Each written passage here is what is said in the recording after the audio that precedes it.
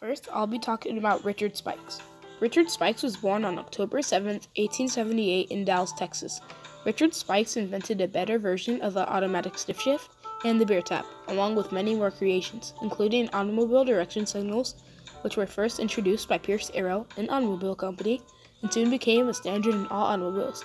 For his innovative designs, a transmission, and gear shifting devices, Speck received over $100,000 in the 1930s, which is about $1.4 million US today.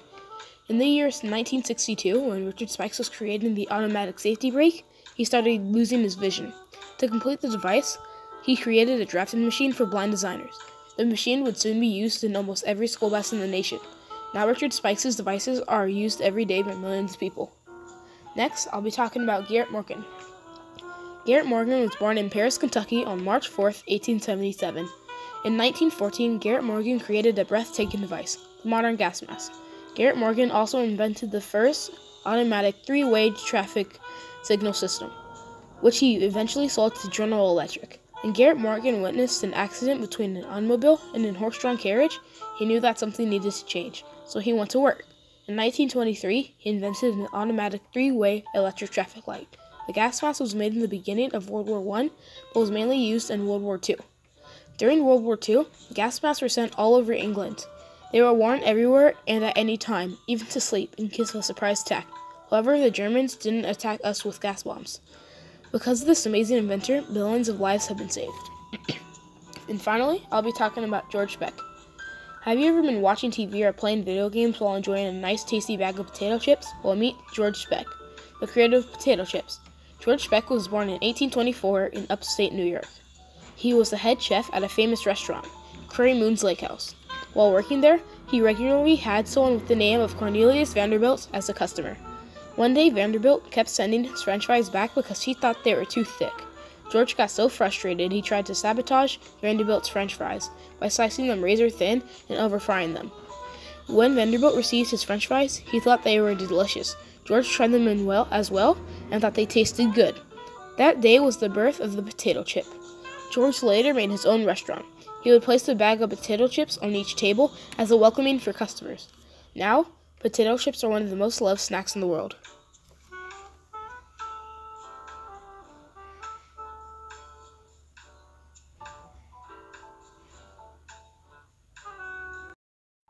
Did you know that the first ever home security system was created by an African-American nurse? We'll meet Mary Van Brittan Brown.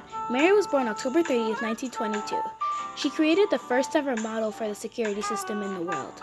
Her invention consisted of peepholes, a camera, monitors, and a two-way microphone. The finishing touch was an alarm button that, when pushed, it would immediately contact the authorities. Now, not only does her invention keep your items safe, but it also saves lives. Mae Jemison was the first ever African-American woman to travel into space. She was born October 17, 1956 in Decatur, Alabama.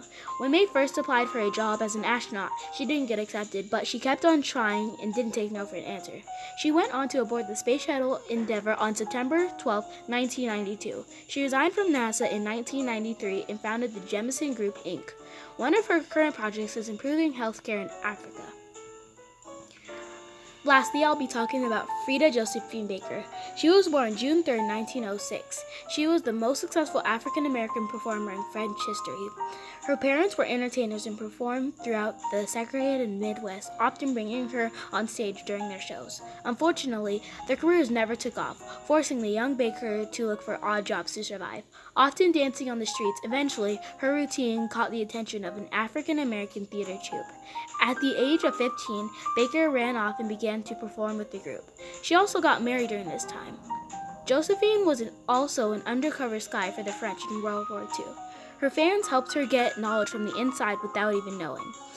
She refused to perform in front of segregated audiences in the United States and is noted for her contributions to the civil rights movement.